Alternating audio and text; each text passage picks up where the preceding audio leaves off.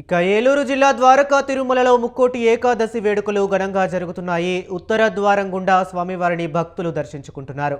100, 200, 500 టికెట్లపై ప్రత్యేక దర్శనం క్యూ లైన్లను అధికారులు ఏర్పాటు చేశారు.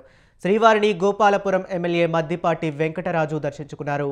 భక్తులకు ఎటువంటి అసౌకర్యం కలగకుండా ప్రత్యేక ఏర్పాట్లు చేశామని, గత ఏడాది కంటే ఈ సంవత్సరం భక్తులు భారీగా తరలివచ్చారని, వారికి అనుగుణంగా ప్రత్యేక ఏర్పాట్లు చేసినట్లు ఎమ్మెల్యే మద్దిపాటి చెప్పారు.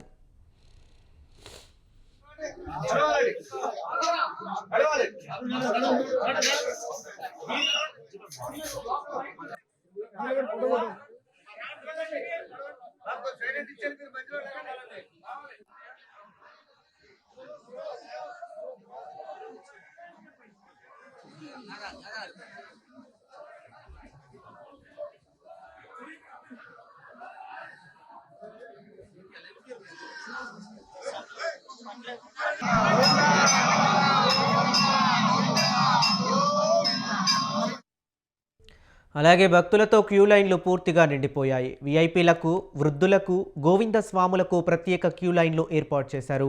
క్యూ లైన్లలో తోపులాటలు జరగకుండా ప్రత్యేక చర్యలు చేపట్టారు అధికారులు.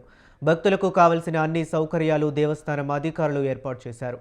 సుమారు 50,000 మంది భక్తులు ఉత్తర ద్వార దర్శనానికి వస్తారని ఆలయ అధికారులు అంచనా వేస్తున్నారు. గోవింద నామస్మరణతో చిన్న వెంకట ఆలయం మారుమ్రోగుతుంది.